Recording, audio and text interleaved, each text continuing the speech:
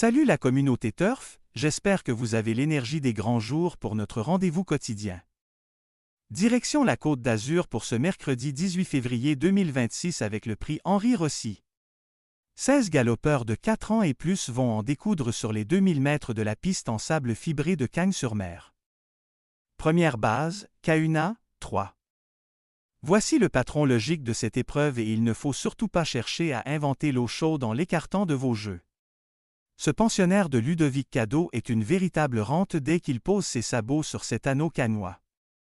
Regardez ses statistiques qui sont tout simplement parlantes avec 4 sorties sur ce tracé précis pour 2 victoires et une deuxième place. C'est ce qu'on appelle un spécialiste du parcours. Après une rentrée nécessaire, il a prouvé qu'il était revenu au top en enchaînant 2 excellentes performances à ce niveau de compétition. Avec le numéro 3 dans les stalles de départ, il va pouvoir bénéficier d'un parcours en or, caché juste derrière les leaders, pour placer sa pointe de vitesse redoutable dans la ligne droite. Sauf incident de parcours ou problème de trafic au moment décisif, il semble constituer le point d'appui le plus solide de la course pour vos jeux en combinaison. C'est un cheval qui a la pointure du lot et son entourage ne cache pas sa confiance pour une part active à l'arrivée. Deuxième base, Euskadi, 8. Si vous cherchez un coup de cœur capable de mettre tout le monde d'accord, c'est vers ce numéro 8 qu'il faut se tourner immédiatement. Ce fils de Charles Gourdin a laissé une impression visuelle magnifique lors de sa dernière sortie. Pour ses débuts dans la catégorie des quintés plus, il s'est classé 4e mais la manière y était, ce qui laisse présager une marge de progression évidente pour ce mercredi. Il a terminé dauphin d'un très bon cheval à Pau en fin d'année dernière et confirme qu'il est compétitif à cette valeur handicap. Ce qui me plaît particulièrement chez lui, c'est sa régularité dans l'effort et sa capacité à s'adapter au déroulement de course. Le tableau des aptitudes le place d'ailleurs en tête des classements de forme et de progrès, un indicateur qui ne trompe rarement dans ce genre de tournoi. Bien placé au poids avec ses 57 kilos, il semble avoir tous les feux au vert pour monter sur le podium. C'est le genre de cheval qui peut transformer une place d'honneur en victoire si le favori montre le moindre signe de faiblesse. Troisième base, Olympic Message, 2. On termine notre trio de base avec une assurance tout risque, un modèle de régularité qui déçoit rarement ses preneurs. Ce cheval entraîné par Nicolas Perret est une horloge suisse. Il fait preuve d'une belle régularité et reste d'ailleurs sur une très encourageante 3e place à ce niveau de la compétition. Ce qui est fascinant avec lui, c'est son ratio de réussite sur ce parcours spécifique, une seule tentative pour une victoire. On ne peut pas faire mieux comme statistique d'aptitude. Il est parfaitement compétitif à sa valeur actuelle et se montre particulièrement à l'aise sur cette piste en sable fibré qui demande des qualités de vitesse et de tenue. Avec le numéro 6 à la corde, il ne devrait pas être piégé en épaisseur et pourra occuper une position stratégique.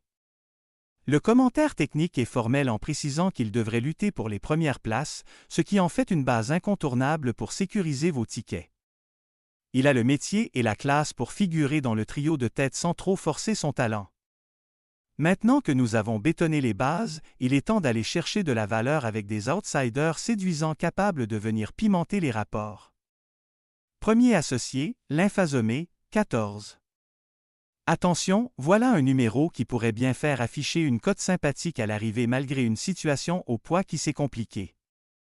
Cette jument vient de s'imposer très sûrement dans une deuxième épreuve, ce qui lui vaut une pénalité de 5 livres sur l'échelle des valeurs. Certains pourraient penser que la marche est trop haute, mais ce serait oublier son aptitude exceptionnelle pour le tracé de Cagnes-sur-Mer.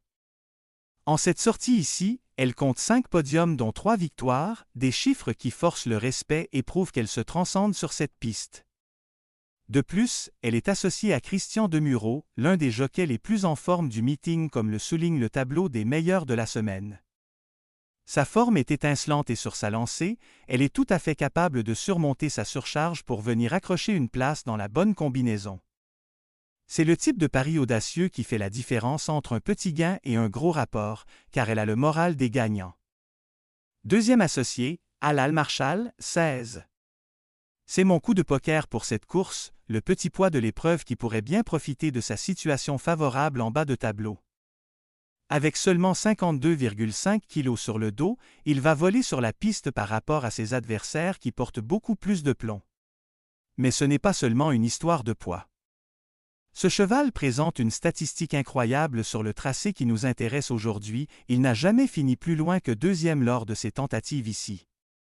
C'est une donnée statistique majeure qu'on ne peut pas ignorer à l'heure du choix. Il vient de prendre une bonne deuxième place dans une deuxième épreuve et semble avoir conservé une forme optimale. Le commentaire technique précise qu'il est à reprendre impérativement, soulignant qu'il s'est honorablement comporté récemment en terrain lourd. Le changement de surface et le retour sur le sable devraient l'avantager considérablement. À cette cote probable, c'est le trouble fait idéal pour venir casser le quintet et faire grimper les enchères.